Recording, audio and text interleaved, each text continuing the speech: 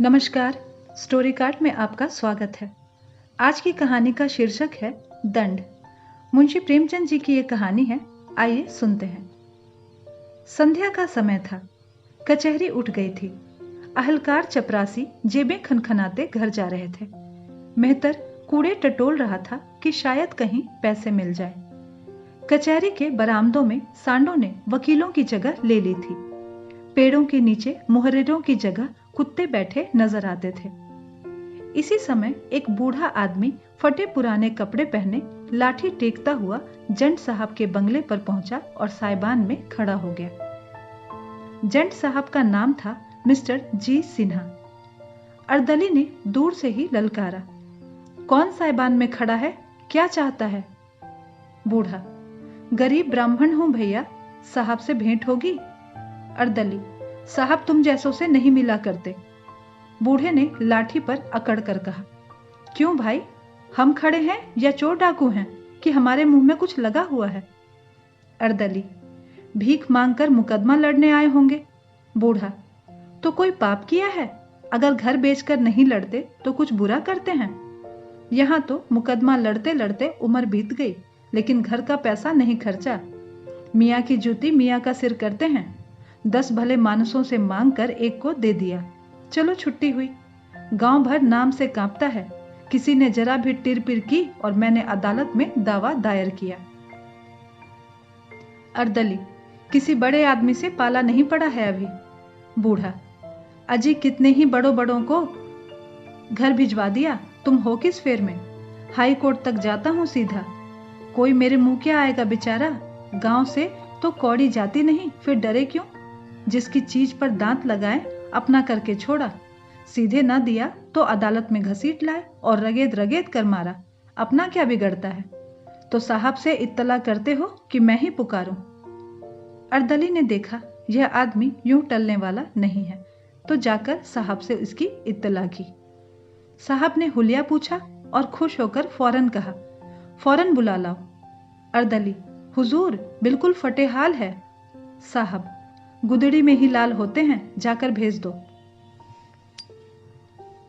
Mister Sinha अधेड़ आदमी थे, बहुत ही शांत, बहुत ही विचारशील, बातें बहुत कम करते थे। कठोरता और असभ्यता जो शासन की अंग समझी जाती हैं, उनको छू भी नहीं गई थी। न्याय और दया के देवता मालूम होते थे। डील डॉल देवों का सा था और रंग आबनूस का सा। आराम कुर्सी पर लेटे हुए पेचवान पी रहे थे। बूढ़े ने जाकर सलाम किया। सिन्हा, तुम हो जगत पांडे, आओ बैठो। तुम्हारा मुकदमा तो बहुत ही कमजोर है, भले आदमी जाल करते भी ना बना।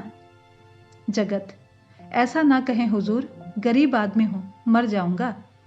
सिन्हा, किसी वकील मुख्तार से सलाह भी ना ली? जगत, अब तो सरकार की शरण में आया हूं। सिन्हा, सरकार क्या मिसिल बदल देंगे या नया कानून गढ़ेंगे? तुम गच्चा खा गए, मैं कभी कानून से बाहर नहीं जाता। जानते हो ना, अपील से कभी मेरी तजवीज रद्द नहीं होती।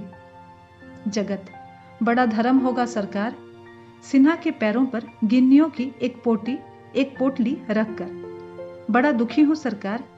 सिन्हा मुस्कुराकर, यहां भी अपनी चालबाजी से नहीं चूकते? निकालो अभी और, ओस से प्यास नहीं बुझती, भला दहाई तो पूरा करो। जगत, बहुत तंग हूं दीन बंधु। सिन्हा, डालो डालो, कमर में हाथ डालो, भला कुछ मेरे नाम की लाज तो रखो। जगत, लुट जाऊंगा सरकार। अरे लुटें तुम्हारे दुश्मन, जो इलाका बेचकर लड़ते हैं, तुम्हारे जजमानों का भगवान भला करे, तुम्हें किस बात की कमी है? मिस्टर सिन्हा इस मामले में जरा भी रियायत न करते थे। जगत ने देखा कि यहाँ काइयापन से काम चलेगा, तो चुपके से 4 गिन्नियां और निकाली। लेकिन उन्हें मिस्टर सिन्हा के पैरों रखते समय उसकी आंखों से खून निकल आया। यह उसकी बरसों की कमाई थी। बरसों पेट काट कर, तन जलाकर, मन बांधकर, झूठी गवाहियां देकर उसने यह थाती संचय कर पाई थी। उसका हाथों से निकलना प्राण निकलने से कम दुखदाई न था। जगत पांडे के चले जाने के बाद कोई 9 बजे रात को जंट साहब के बंगले पर एक तांगा आकर रुका और उस पर से पंडित सत्यदेव उतरे, जो राजा साहब शिवपुर के मुख्तार थे। मिस्टर सिन्हा ने मुस्कुराकर कहा, आप शायद अपने इलाके में गरीबों को रहने न देंगे। इतना जुल्म? सत्यदेव, गरीब परवर, यह कहिए कि गरीबों के मारे अब इलाके में हमारा रहना मुश्किल हो रहा है। आप जानते हैं, सीधी उंगली से घी नहीं निकलता।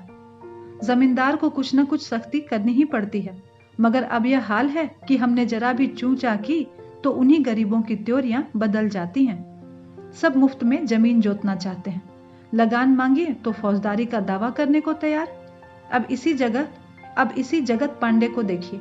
गंगा कसम है हुजूर, सरासर झूठा दावा है। हुजूर से कोई बात छिपी तो रह नहीं सकती। अगर जगत पांडे मुकदमा जीत गया तो हमें बोरिया बंधना छोड़कर भागना पड़ेगा। अब हुजूर ही बसाएं तो बच सकते हैं। राजा साहब ने हुजूर को सलाम कहा है और अर्ज की है हक कि इस मामले में जगत पांडे की ऐसी खबर ले कि वह भी याद करे। मिस्टर सिन्हा ने भवे सिकोड़ कर कहा, कानून मेरे घर में तो नहीं बनता। सत्यदेव, आपके हाथ में सब कुछ है। यह कहकर गिन्नियों की एक गड्डी निकालकर मेज पर रख दी। मिस्टर सिन्हा ने गड्डी को आंखों से गिनकर कहा, इन्हें मेरी तरफ से राजा साहब को नजर कर दीजिएगा। आखिर आप कोई वकील तो करेंगे, उसे क्या दीजिएगा? सत्यदेव, यह तो हुजूर के हाथ में है। जितनी ही पेशियां होंगी उतना ही खर्च भी बढ़ेगा। सिन्हा, मैं चाहूं तो महीनों लटका सकता हूं। सत्यदेव, हाँ, इससे कौन इनकार कर सकता है। सिन्हा, 5 पेशियां भी हुई तो आपके कम से कम 1000 उड़ जाएंगे। आप यहाँ उसका आधा पूरा कर दीजिए तो एक ही पेशी में वारा न्यारा हो जाए, आधी रकम बच जाए। सत्यदेव ने 10 गिन्नियां और निकालकर मेज पर रख दी और घमंड के साथ बोले, हुक्म हो तो राजा साहब से कह दूं, आप इत्मीनान रखें, साहब की कृपा दृष्टि हो गई है। मिस्टर सिन्हा ने तीव्र स्वर में कहा, जी नहीं, यह कहने की जरूरत नहीं। मैं किसी शर्त पर यह रकम नहीं ले रहा। मैं करूंगा वही जो कानून की मंशा होगी। कानून के खिलाफ जौ भर भी नहीं जा सकता, यही मेरा उसूल है। आप लोग मेरी खातिर करते हैं, यह आपकी शराफत है। उसे अपना दुश्मन समझूंगा जो मेरा ईमान खरीदना चाहे। मैं जो कुछ लेता हूं सच्चाई का इनाम समझकर लेता हूं। जगत पांडे को पूरा विश्वास था कि मेरी जीत होगी, लेकिन तजवीज सुनी तो होश उड़ गए। दावा खारिज हो गया। उस पर खर्च की चपत अलग। मेरे साथ यह चाल, अगर लाला साहब को इसका मजा ना चखा दिया तो ब्राह्मण नहीं हैं किस फेर में। सारा रोब भुला दूंगा। वहां गाढ़ी कमाई के रुपए हैं, कौन पचा सकता है। हाड़ फोड़ फोड़ कर निकलेंगे, द्वार पर सिर पटक पटक कर मर जाऊंगा। उसी दिन संध्या को जगत पांडे ने मिस्टर सिन्हा के बंगले के सामने आसन जमा लिया। वहां बरगद का घना वृक्ष था। मुकदमे वाले वहीं सत्तू चबेना खाते और दोपहरी उसी की छां में काटते थे। जगत पांडे उनसे मिस्टर सिन्हा की दिल खोल कर निंदा करता। न कुछ खाता न पीता, बस लोगों को अपनी राम कहानी सुनाया करता। जो सुनता वह जंड साहब को 4 खोटी खरी कहता। आदमी नहीं, पिशाच है। इसे तो ऐसी जगह मारे जहां पानी ना मिले। रुपए के रुपए लिए, ऊपर से खर्चे समेत डिग्री कर दी। यही करना था तो रुपए काहे को निकाले थे। यह है हमारे भाई बंदों का हाल। यह अपने कहलाते हैं, इनसे तो अंग्रेज ही अच्छे। इस तरह की आलोचनाएं दिन भर हुआ करती। जगत पांडे के आसपास 8 पहर जमघट लगा रहता। इसी तरह 4 दिन बीत गए और मिस्टर सिन्हा के कानों में भी बात पहुंची। अन्य रिश्वती कर्मचारियों की तरह वह भी हेकड़ आदमी थे। ऐसे निर्द्वंद रहते मानो उन्हें यह बीमारी छू तक नहीं गई है। जब वह कानून से जौ भर भी न टलते थे तो उन पर रिश्वत का संदेह हो ही क्यों कर सकता था, और कोई करता भी तो उसकी मानता कौन। ऐसे चतुर खिलाड़ी के विरुद्ध कोई जाब्ते की कार्रवाई कैसे होती। मिस्टर सिन्हा अपने अफसरों से भी खुशामद का व्यवहार न करते। इससे हुक्काम भी उनका बहुत आदर करते थे।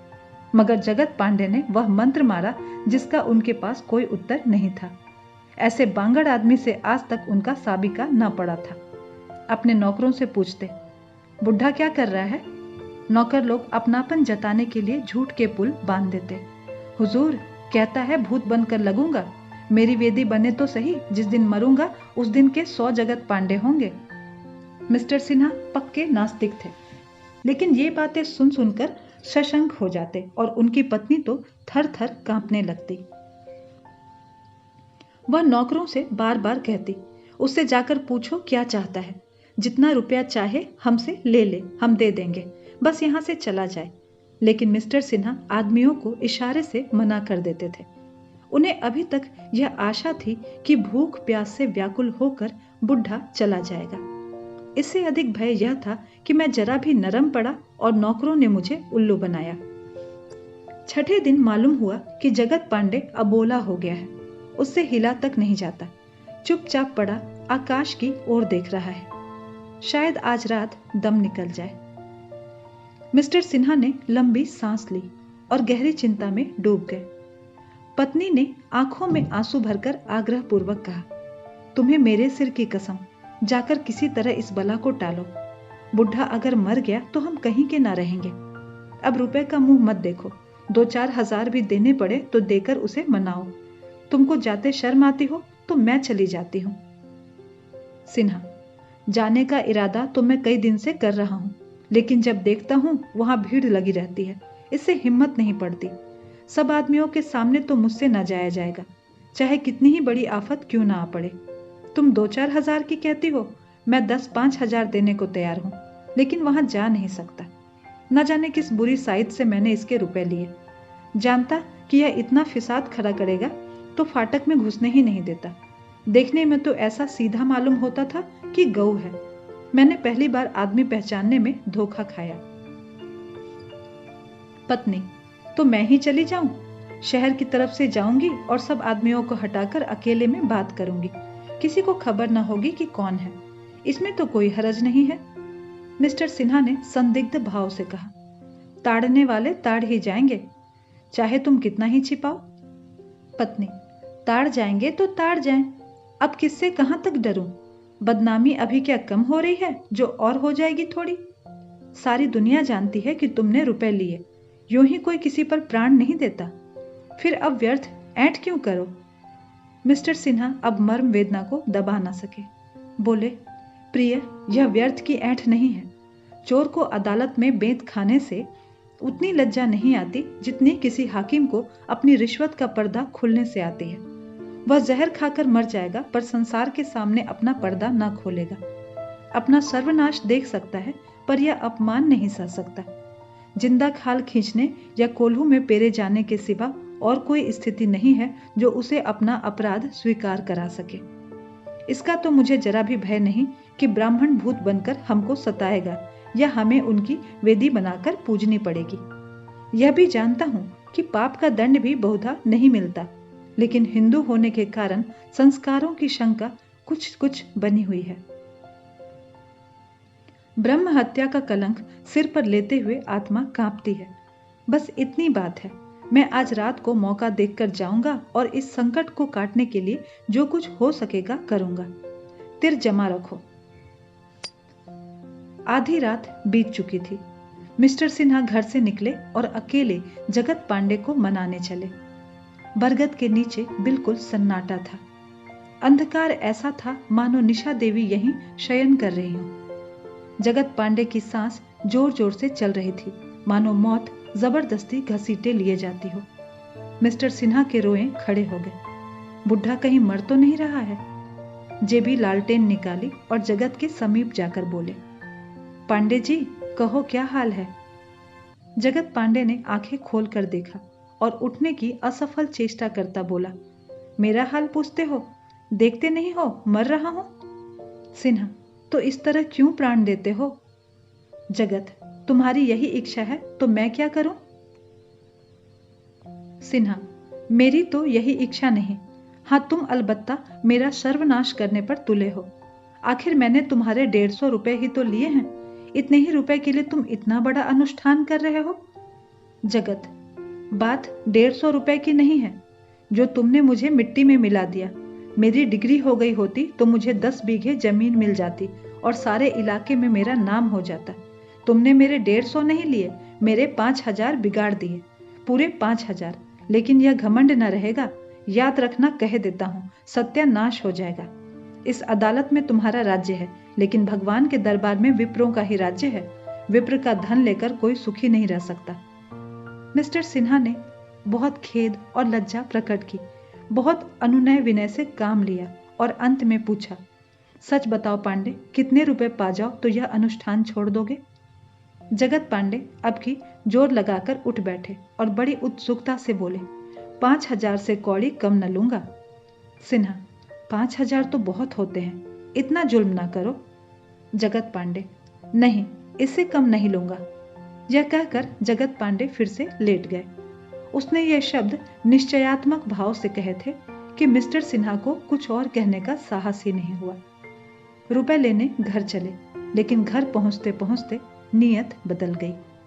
150 के बदले 5,000 देते कलंक हुआ। मन कहता है, मरता है तो जाने दो, कहाँ की ब्रह्म हत्या और कैसा पाप, यह सब पाखंड है, बदनामी ना होगी। सरकारी मुलाजिम तो यूं ही बदनाम होते हैं, यह कोई नई बात थोड़े ही है। बच्चा कैसे उठ बैठे थे, समझा होगा उल्लू फंसा। अगर 6 दिन के उपवास करने से 5,000 मिले तो मैं महीने में कम से कम 5 मर्तबा यह अनुष्ठान करूं। 5,000 नहीं, कोई मुझे 1,000 दे दे। यहां तो महीनों भर नाक रगड़ता हूं, तब जाकर 600 रुपए के दर्शन होते हैं। नोच खसोट से भी शायद ही किसी महीने में इससे ज्यादा मिलता हो। बैठा मेरी राह देख रहा होगा, लेना रुपए, मुंह मीठ हो जाएगा। वह चारपाई पर लेटना चाहते थे कि उनकी पत्नी जी आकर खड़ी हो गईं। उनके सिर के बाल खुले हुए थे, आंखें सहमी हुई रह रहकर कांप उठती थी, मुंह से शब्द न निकलता था। बड़ी मुश्किल से बोली, आधी रात तो हो गई होगी, तुम जगत पांडे के पास चले जाओ। मैंने अभी ऐसा बुरा सपना देखा है कि अभी तक कलेजा धड़क रहा है। जान संकट में पड़ी हुई है, जाके किसी तरह उसे टालो। मिस्टर सिन्हा ने कहा, वहीं से तो चला आ रहा हूं, मुझे तुमसे ज्यादा फिक्र है। अभी आकर खड़ा ही हुआ था कि तुम आ गई। अच्छा, तो तुम गए थे, क्या बातें हुई, राजी हुआ? सिन्हा, 5,000 रुपए मांगता है। पत्नी, 5,000? कौड़ी कम नहीं कर सकता, और मेरे पास इस वक्त 1,000 से ज्यादा नहीं होंगे। पत्नी ने एक क्षण सोचकर कहा, जितना मांगता है उतना दे दो, किसी तरह गला तो छूटे। तुम्हारे पास रुपए न हो तो मैं दे दूंगी, अभी से सपने दिखाई देने लगे हैं। मरा तो प्राण कैसे बचेंगे? बोलता चालता है ना। मिस्टर सिन्हा अगर आपनूस थे तो उनकी पत्नी चंदन। सिन्हा उनके गुलाम थे, उनके इशारों पर चलते थे। पत्नी जी भी पति शासन में कुशल थी। सौंदर्य और अज्ञान में अपवाद है। सुंदरी कभी भोली नहीं होती, वह पुरुष के मर्मस्थल पर आसन जमाना जानती है। सिन्हा, तो लाओ, देता हूं, लेकिन आदमी बड़ा चग्गड़ है, कहीं रुपए लेकर सबको दिखाता फिरे तो। पत्नी, इसको यहां से इसी वक्त भागना होगा। तो निकालो, दे ही दूं, जिंदगी में यह बात भी याद रहेगी। पत्नी ने अविश्वास भाव से कहा, चलो मैं भी चलती हूं, इस वक्त कौन देखता है। पत्नी से अधिक पुरुष के चरित्र का ज्ञान और किसी को नहीं होता। मिस्टर सिन्हा की मनोवृत्तियों को उनकी पत्नी जी खूब जानती थी। कौन जान रास्ते में रुपए कहीं छिपा दें और कह दें कि दे आए, या कहने लगे रुपए लेकर भी नहीं टलता तो क्या करूं। जाकर संदूक से नोटों के पुलिंदे निकाले और उन्हें चादर में छिपाकर मिस्टर सिन्हा के साथ चली। सिन्हा के मुंह पर झाड़ू से फिरी थी, लालटेन लिए पछताते चले जाते थे। 5,000 रुपए निकले जाते हैं, फिर इतने रुपए कब मिलेंगे कौन जानता है। इससे तो कहीं अच्छा था कि यह दुष्ट मर ही जाता, बला से बदनामी होती, कोई मेरे जेब से रुपए तो न छीन लेता। ईश्वर करे मर ही गया हो। अभी तक दोनों आदमी फाटक ही तगम आए थे कि देखा जगत पांडे लाठी टेकता हुआ चला आ रहा है। उसका स्वरूप इतना डरावना था मानो शमशान से कोई मुर्दा भागा चला आता है।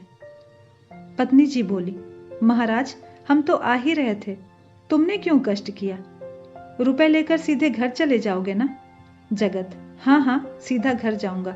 कहाँ है रुपए, देखूं? पत्नी ने नोटों का पुलिंदा बाहर निकाला और लालटेन दिखाकर बोली, गिन लो, 5,000 रुपए हैं। पांडे ने पुलिंदा लिया और बैठकर उलट पुलट कर देखने लगा। उसकी आंखें एक नए प्रकाश से चमकने लगी। हाथों में नोटों को तौलता हुआ बोला, पूरे 5,000 हैं? हाँ हाँ, पूरे 5,000 हैं, गिन लो। जगत, 5,000 में 2 टोकरी भर जाएगी, हाथों से बताकर। इतने सारे 5,000। सिन्हा, क्या अभी तुम्हें विश्वास नहीं आता? जगत, हैं, पूरे 5,000 हैं। तो अब जाऊं, भाग जाऊं? यह कहकर वह पुलिंदा लिए कई कदम लड़खड़ाता हुआ चला, जैसे कोई शराबी, और तब धम से जमीन पर गिर पड़ा। मिस्टर सिन्हा लपक कर उठाने दौड़े तो देखा उसकी आंखें पथरा गई हैं और मुख पीला पड़ गया है। बोले, पांडे, क्या कहीं चोट आ गई? पांडे ने एक बार मुंह खोला, जैसे मरी हुई चिड़िया सिर लटकाकर चोंच खोल देती है। जीवन का अंतिम धागा भी टूट गया। ओठ खुले हुए थे और नोटों का पुलिंदा छाती पर रखा हुआ था। इतने में पत्नी जी भी आ पहुंची और शव को देखकर चौंक पड़ी। इसे क्या हो गया? मर गया, और क्या हो गया? पत्नी ने सिर पीट लिया और कहा, मर गया? हाय भगवान, अब कहाँ जाऊं? यह कहकर वह बंगले की तरफ बड़ी तेजी से चली। मिस्टर सिन्हा ने भी नोटों का पुलिंदा शव की छाती पर से उठा लिया और चले। पत्नी, ये रुपए अब क्या होंगे? इसे किसी धर्म कार्य में दे दूंगा। पत्नी, घर में मत रखना, खबरदार। हे भगवान। दूसरे दिन सारे शहर में खबर मशहूर हो गई। जगत पांडे ने जंड साहब पर जान दे दी। उसका शव उठा तो हजारों आदमी साथ थे।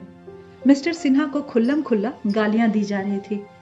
संध्या समय मिस्टर सिन्हा कचहरी से आकर मन मारकर बैठे थे कि नौकरों ने आकर कहा, सरकार, हमको छुट्टी दी जाए, हमारा हिसाब कर दीजिए।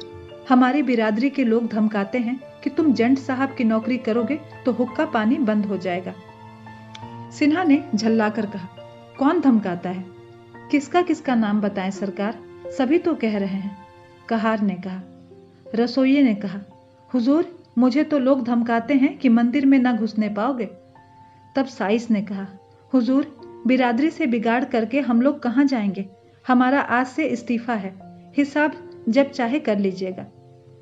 मिस्टर सिन्हा ने बहुत धमकाया, फिर दिलासा देने लगे, लेकिन नौकरों ने एक ना सुनी। आध घंटे के अंदर सबों ने अपना अपना रास्ता लिया। मिस्टर सिन्हा दांत पीसकर रह गए, लेकिन हाकिमों का काम कब रुकता है। उन्होंने उसी वक्त कोतवाल को खबर कर दी और कई आदमी बेगार में पकड़ लाए। काम चल निकला। उसी दिन से मिस्टर सिन्हा और हिंदू समाज में खींचतान शुरू हुई। धोबी ने कपड़े धोना बंद कर दिया, ग्वाले ने दूध लाने में आनाकानी की, नाई ने हजामत बनानी छोड़ी। इन विपत्तियों पर पत्नी जी का रोना धोना और भी गजब था। उन्हें रोज भयंकर स्वप्न दिखाई देते। रात को एक कमरे से दूसरे कमरे में जाते हुए प्राण निकलते थे। किसी को जरा भी सिर दुखता तो जान नहीं में समा जाती। सबसे बड़ी मुसीबत यह थी कि अपने संबंधियों ने भी आना जाना छोड़ दिया। एक दिन साले आए मगर बिना पानी पिए चले गए। इसी तरह एक दिन बहनोई का आगमन हुआ। उन्होंने पान तक न खाया। मिस्टर सिन्हा बड़े धैर्य से यह सारा तिरस्कार सहते जाते थे। अब तक उनकी आर्थिक हानि नहीं हुई थी। गरज के बावले झक मारकर आते ही थे और नजराना मिलता ही था। फिर विशेष चिंता का कोई कारण न था। लेकिन बिरादरी से वैर करना पानी में रहकर मगर से बैर करने जैसा है। कोई ना कोई ऐसा अवसर आ ही जाता था जब हमको बिरादरी के सामने सिर झुकाना पड़ता है। मिस्टर सिन्हा को भी साल के अंदर ही ऐसा अवसर आ पड़ा। यह उनकी पुत्री का विवाह था। यही वह समस्या है जो बड़े बड़े हेकड़ों का घमंड चूर कर देती है। आप किसी के आने जाने की परवाह ना करें, हुक्का पानी, भोज भात, मेल जोल, किसी बात की परवाह ना करें, मगर लड़की का विवाह तो न टलने वाली बला है। इससे बचकर आप कहां जाएंगे? मिस्टर सिन्हा को इस बात का दगदगा तो पहले ही था कि त्रिवेणी के विवाह में बाधाएं पड़ेंगी, लेकिन उन्हें विश्वास था कि द्रव्य की अपार शक्ति इस मुश्किल को हल कर देगी। कुछ दिनों तक इन्होंने जानबूझकर टाला कि शायद इस आंधी का जोर कुछ कम हो जाए, लेकिन जब त्रिवेणी को 16वां साल समाप्त हो गया तो टाल मटोल की कोई गुंजाइश न रही।